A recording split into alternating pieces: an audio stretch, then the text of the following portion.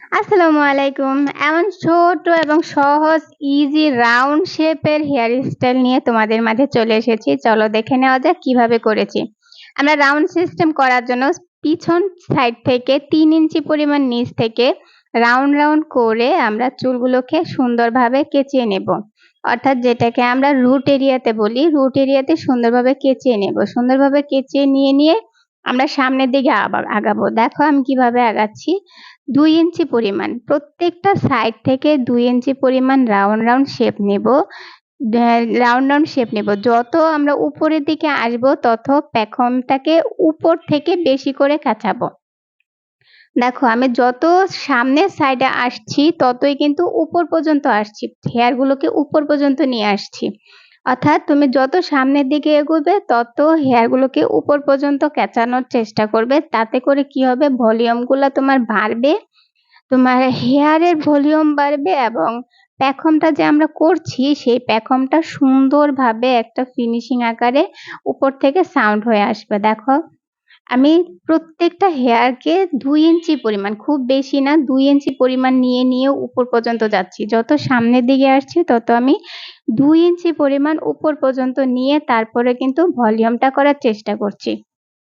তো এক সাইডে যেভাবে করেছি আমি সেম অপোজিট পাশেও হেয়ারগুলোকে নিয়ে সেম ভাবে ক্যাচানোর চেষ্টা করব, যেটাকে আমরা ক্রম বলি। ক্রম করব আর একটু করে আঁচড়াবো যাতে করে বেশি সুন্দর আসে।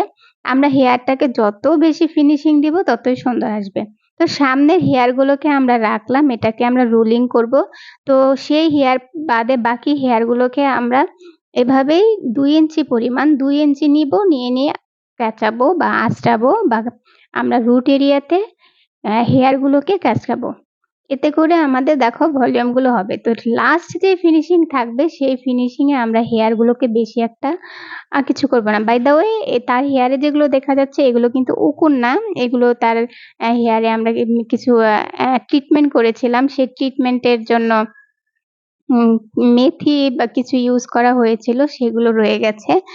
যাই হোক, তো সেম ভাবে আমরা রুট এরিয়া থেকে সবগুলো হেয়ারকে ভালো করে ভলিউম করার চেষ্টা করব। রুট এরিয়াতে কেচিয়ে আমরা ভলিউম করব। তো আমাদের এই যে ভলিউম হয়ে গেছে, এই ভলিউম গুলো যত সুন্দর করতে চাও তোমাকে ভালো করে কাচানোর সিস্টেমটা শিখতে হবে। এইভাবে যদি তোমরা কাচাতে পারো তাহলে তোমাদের এই যে রাউন্ড শেপটা দেখতে পাচ্ছ, এই রাউন্ড শেপটা সুন্দরভাবে আসবে আর তোমাদের হেয়ারের স্টাইলটা অনেক সুন্দর হবে। দেখো কত সুন্দর ফিনিশিং আসছে। আর যত বেশি ক্রম করবে অর্থাৎ যত বেশি চুলটাকে আঁচড়ানোর চেষ্টা করবে ততই সুন্দর হবে। আর ব্যাক সাইড থেকে সেম এইভাবে তোমরা সবসময় ইউপিন গুলো রাউন্ড শেপ অনুযায়ী নিবে।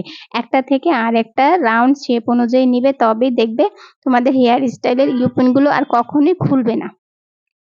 তো এই হলো আমাদের সামনের যে ফ্রন্ট সাইডের করেছি, যাদের হাতে সময় একদম কম থাকবে তারা সেম ভাবে সর্বোচ্চ ৫ মিনিটের ভিতরে এই হেয়ার স্টাইলটা করে ফেলতে পারবে। আর এই হেয়ার স্টাইলটা করলে তোমাদের খুব বেশি সময় লাগবে না। যাদের হাতে সময় কম তারা এইভাবে করে নেবে।